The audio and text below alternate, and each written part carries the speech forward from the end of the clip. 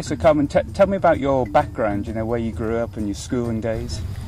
I grew up in Kraaifontein, just outside of Stellenbosch. I attended Scottsdene High, which I think is a very good public school. But before that, at primary school, I had a learning, well, not learning, but more reading and writing problem in English. So my mother decided to give me Mills and Boons to read, and that's where my inspiration for winemaking came from. Because most of the settings are normally in a vineyard or cellar and nice wine.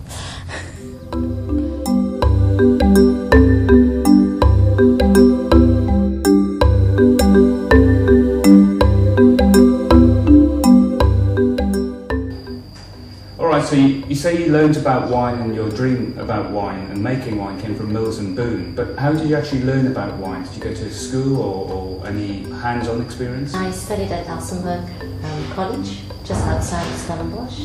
You can either study at Elsenburg or at the University of Stellenbosch, but I didn't have money to study at Stellenbosch University. And then also, when I applied the first 2 times, I could not get in for reasons that I didn't have any background in agriculture. I did not have any military training, and at that point they only accepted white South Africans into the program. So now you're here at Amani doing all the winemaking. What's your biggest accomplishment? What are you really proud of? I think that our wines definitely show all the input that we've done in the vineyards and in the cellar. Our wines are all sold out. We actually have people waiting and phoning us constantly for our wines, and we're only releasing our 6s in May or later this year. So I think the fact that your wines are actually sold out, it says a lot about the quality and what we've achieved up to this point. So you started college at Elsenburg. First day must have been pretty daunting, I would have thought, but what about the future? What about the first few months there?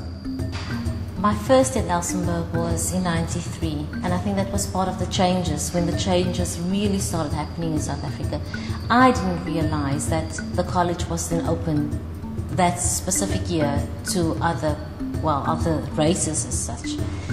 So when I applied, I was the first person of color there, and I think when you walk into a place and you suddenly start realizing there's nobody else that can protect you, I can use that word, you start realizing I realized what the old South Africa was really all about, and how people can be excluded if they don't prompt change, if I can put it that way.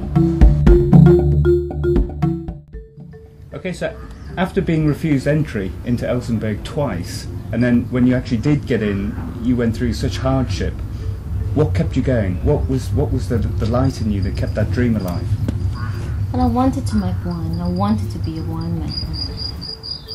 Probably my first 3 days at Elsenburg, one of the guys who was in his 3rd year took me and another girl into the cellar, and when I walked in, it smelled and looked just like they described in these books. So I believe it was definitely destined for me to be in this industry.